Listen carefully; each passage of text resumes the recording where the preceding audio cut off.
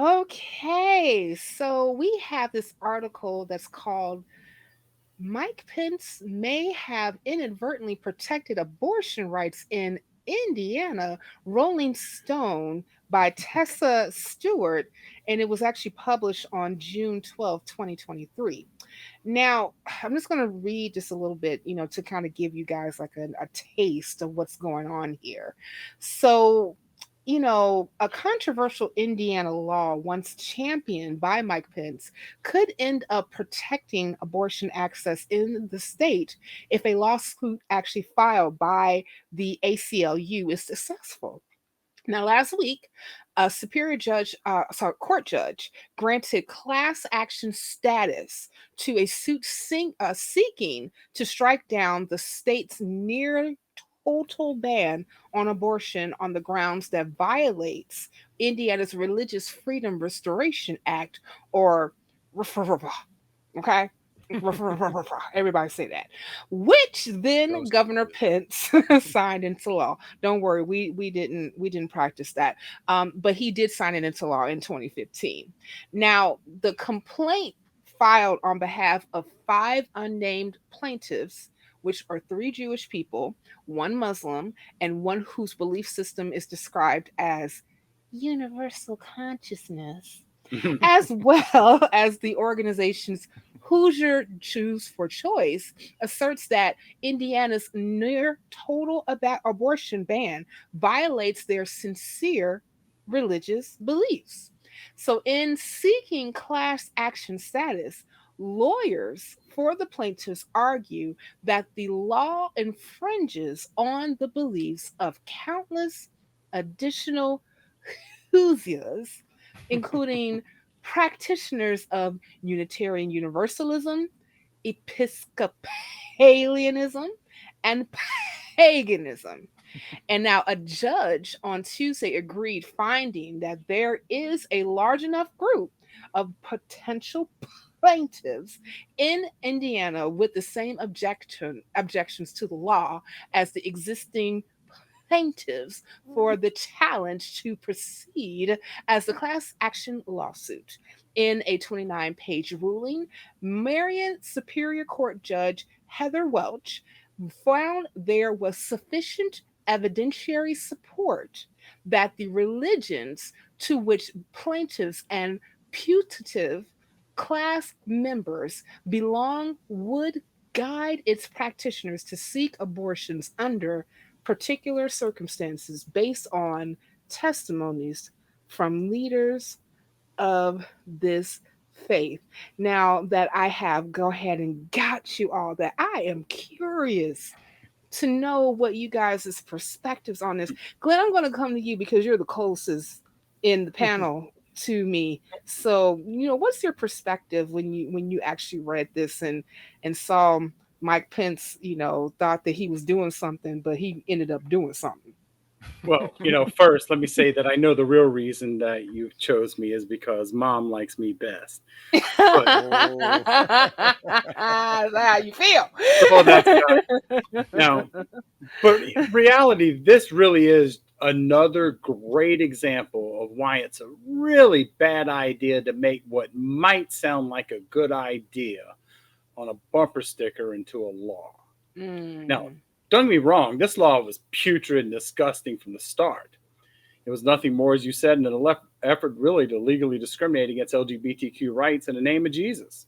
Yeah. It's nothing more than we get to decide who you need to be. Good old fashioned Christian hate, love. I do get that wrong a lot. Maybe it's because it sounds like hate to me. Yeah. But, I think this is really a story of Mike Pence in a nutshell. He wants to hate on one group, but ends up waffling from his original position, and now the law is being used to attempt to counter his other fixation, Mm. restricting the right to abortion. He became vice president, hoping to become president. When he gets the president, he gets a president that's hoping he gets hanged. Things never turn out the way he plans. I'm guessing his wife is really the one who knows how that feels. But Pence will never be president. He's Mm. suffering from want to be president disease, and there's only two known cures. The first is to become president. The second is the known Pat Robertson method, which is dying while thinking about becoming president. This is one of those cases where we find ourselves having common ground with some of the theists, while rare it's encouraging. But I have to admit, it is mind boggling and sickening that such a basic right to determine what happens to your body is so complicated. I Mm. don't have a uterus. I feel a little exasperated they even have to have an opinion on abortion. But truthfully, it's people like Pence that make that requirement. Now, I do hope this class action suit succeeds. To use a bad law to regain what should be a constitutional right in the first place, that sounds like a win. We'll see. Worst case scenario, Mike Pence gets to be the butt of the joke again. And that, what do you say, Scott? Well, I wanted to Oh, ask Scott I'm specifically. sorry. No worries, no worries. Because, like you mentioned specifically about Mike Pence's presidential aspects or aspirations rather. But Delusions. yeah, well, I mean, like that whole like hang him high thing on January 6th, I don't know, maybe he got hope, faith, substance, hope for. But seriously, but Scott, do you think that because we were talking about elected officials Hmm. and their whole leaning towards the theocracy, whether they're on a Democrat or a Republican, and how it even helps them as far as like, or they feel it helps them as far as like how they govern. Do you think that this particular law that he helped pass in 2015 will affect him in a good way becoming president? Hmm.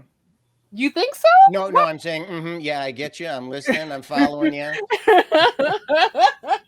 So You I think hear so? you. I Yeah, you see hear me? you. Okay. Okay. So yeah, so we're on the same. So yeah, you want to know, is this going to affect his political career, right? Sure. And Yeah. first thing though, I got to say, I appreciate the ironic humor. Mm. It's always fun to see this kind of ironic humor. And second thing though, Hoosier Jews for choice. That's one of the plaintiffs. Hoosier Jews for choice. And Yes. I'm not a Hoosier. I'm No. not a Jew, but No. these sound like people I want to hang out with. They Yeah. sound like people, they don't take themselves too Yep. seriously, but they're No. passionate about their heritage and Yeah. their perspective and their issues that are important. So Hoosier Jews for choice. I looked for a website, I couldn't find one, but if there's any Hoosier Jews for choice out there, please email us because I want to talk to you. And also, just want to put it aside, they embrace being a Hoosier. Right? Yeah, Sorry. I would have trouble with that. I would have trouble Yeah. with that. But anyway, back to the article here. Yes. Yes. So here, what we have here is a case of be careful what you wish for, right? Mm. He pushed this law through, this RFRA law through, um, and it's biting him in the butt, right? Mm. And first thing though is that that's got to show you, that's got his privilege is showing here, and we're talking about Christian privilege within the religious community in the United States. We already know that religious folks do enjoy a certain privilege in general in the United States, but even within that community, then we have the Christians, because he didn't even think that it was possible that somebody could use this law, his weapon, his sword, Yeah. against him. And so Yeah. it's a big surprise in that respect. But then the thing is, when there was pushback against that RFRA law, so we're talking about two laws here. We're talking about the RFRA law, and then we're also talking about this recent almost total abortion ban in Indiana. And so he had this RFRA law, and that was his weapon. And then he had to dial it back a little bit because there was tons of pushback, and there was an uprising, pitchforks with evangelicals with pitchforks outside his office, not literally, No. but they were very up in arms when he made that clarification. And so it's very clear that this is a weapon. So if in fact this law that Pence passed does undermine some of his primary support, right? I mean, this is really his last holdout demographic that support his political career, is white evangelicals. And if they're angry about him for any reason, if he's alienating them, then he's done. He's done, Mm. and good riddance too. I think, and this obviously is just my opinion, but I think we're getting to the point where we're going to see Mike Pence retire to spend more time with his family. Yep, it's done. Yeah. Yeah. Yeah. And so, What if Teo, I'm hesitant to hand this off to you. It's not about Catholics.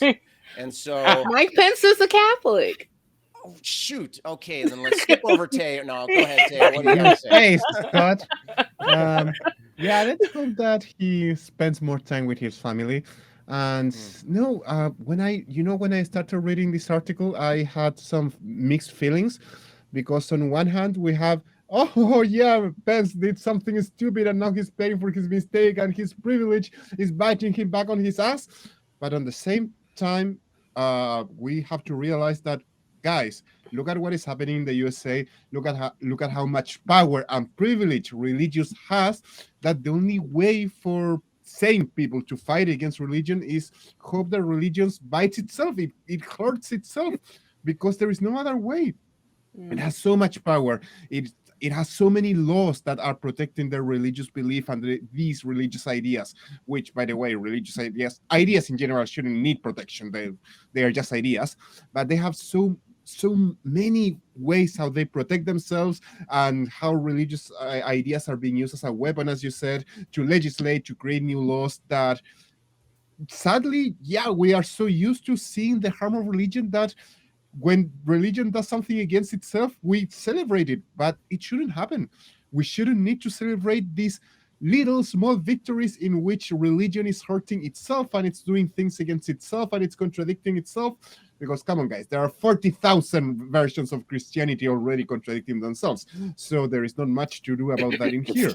Excuse me. 45,000 around the world. Thank you. Continue. Oh, yeah, sure. That's what I meant. Of course. Of course. So, yeah, it's quite sad that religious ideas have gained so much power that this is the only way where we can have a small glimpse of hope. The silver lining is when religious keep getting more and more and more advantages, and some of those advantages go against the previous advantages and the previous privilege that it already had. So once again, USA, you're scary as heck. You scare me. This awful. Well, we hate to scare you, Teo, but No, Don't I think scare the that by now cartoon. this is fun for you. I'm totally sure about that. I mean, no, we're laughing through the tears. But seriously, but like I know that like we all agree in some case or shape or form that there is more so harm that can come from religious aspects, especially when you are governing with religious belief. But I'm curious. Do you think that reframing the argument using Jewish and Muslim beliefs, or even like the ones with universalism, would actually be helpful Woo. or harmful? What are you thinking, Glenn? Well, anyone that's on the same side I'm on, let's ride together now. Yeah, We yeah, may I feel disagree on many other things. that. We can disagree on those later, but let's go ahead and get in the bus and run over uh, this issue of taking away people's rights. That's pretty simple. Yeah. One thing that I do find so revealing about this is how absolutely bad they are at governing. We look at this and this unexpected consequence.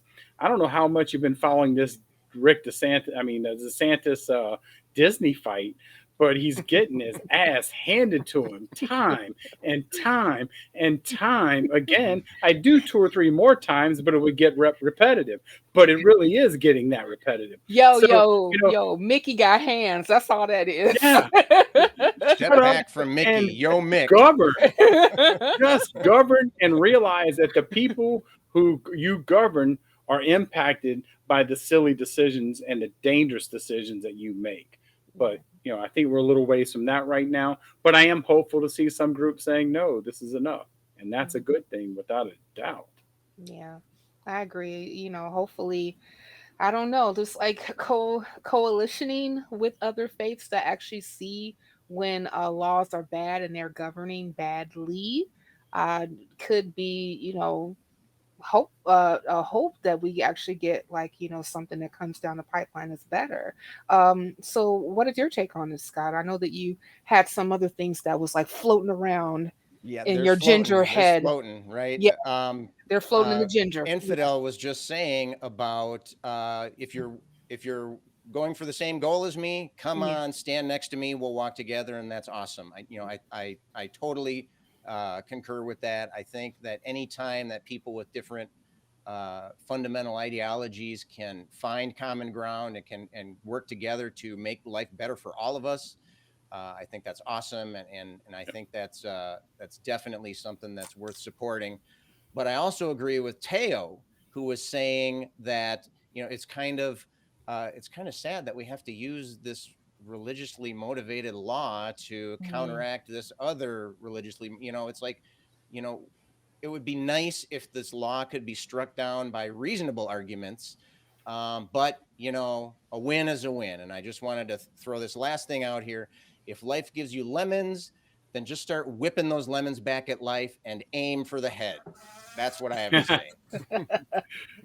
I like what you said about, showing religion how there are how their privilege could harm them. I think that's why the Satanic Temple exists. We have talked several times about them.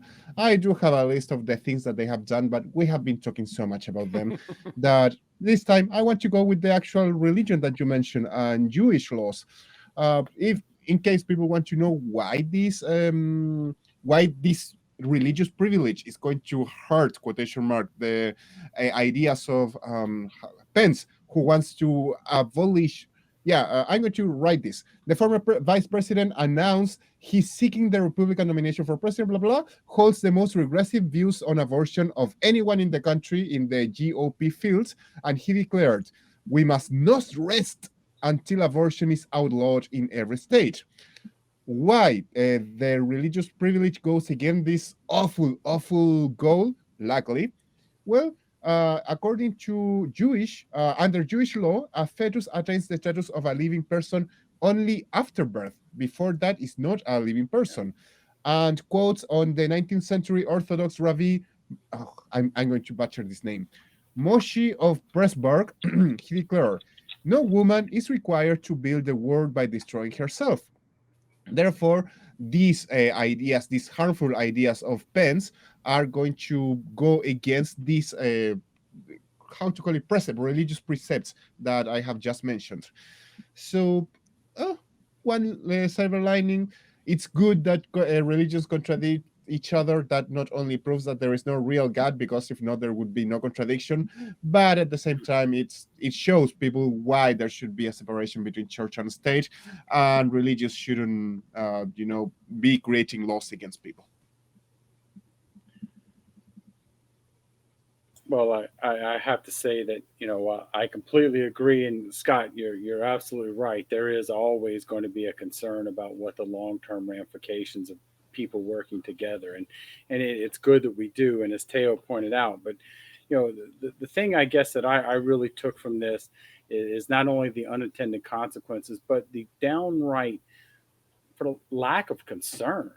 I don't know any other way to put it. I mean, here I'm a man talking about abortion, but here in the state of Texas, there are women carrying non-viable pregnancies that are risking their lives. Their lives are literally in danger. It's not, this isn't rhetoric or all these other things. And I'm admittedly, I believe in body autonomy. So the nuances of all that is for somebody else, not me. But having said that, uh, I don't understand how callous people can be when they're just making decisions that they need to just stay out of. Cynthia? Well, as the only person that got a uterus up in here, I would love Mr. Pence to stay out of mine and those who also carry one. But you know, I, I was just like, just thinking about, what you specifically said about Jewish law and how they actually view a person when a person becomes a person. And that's when the person is separated from the womb and they're able to breathe life. And in actuality, if you read your Bibles, or as Fine. our resident biblical scholar, Rich Brit one would say, Richard Gilliver, read your fucking Bible. I can't say it in the Liverpool Manchester way that he does, but he is quite eloquent with Had a it. good Chicago spin on it. I think Thanks, there. Yeah, thanks, that thanks. I'm sounded going to good. drink some Malloy after this to seal it in. That is Genesis 1. Man, became, when God breathed into man, man then became a living soul. That is Genesis 1. So read your fucking Bible, Pence. And And if you that's want, universal. That's a United States law as well. yeah, Personhood granted at birth. I mean, at that's the birth, law of the land. that's the law that, And and that's even after you can become a citizen. Like, you're born and after us here. and according to the Bible, if you injure a person who's pregnant and their baby miscarries, and I hate to use the term baby, but that's what it would refer to it as, Mhm. you get fined. No eye for an eye. That's for murder. So Right. it's clearly not murder. Right. No. But we're not even going to talk about if a woman is suspected cheating on her husband. She got to drink bitter Oh, water. yeah, drink that water. Yeah, Right. Drink that water. That water. yeah. Well, I don't know, dear listener and dear viewer, wants to drink that water. But if you want to drink more of the nonprofits content, click here.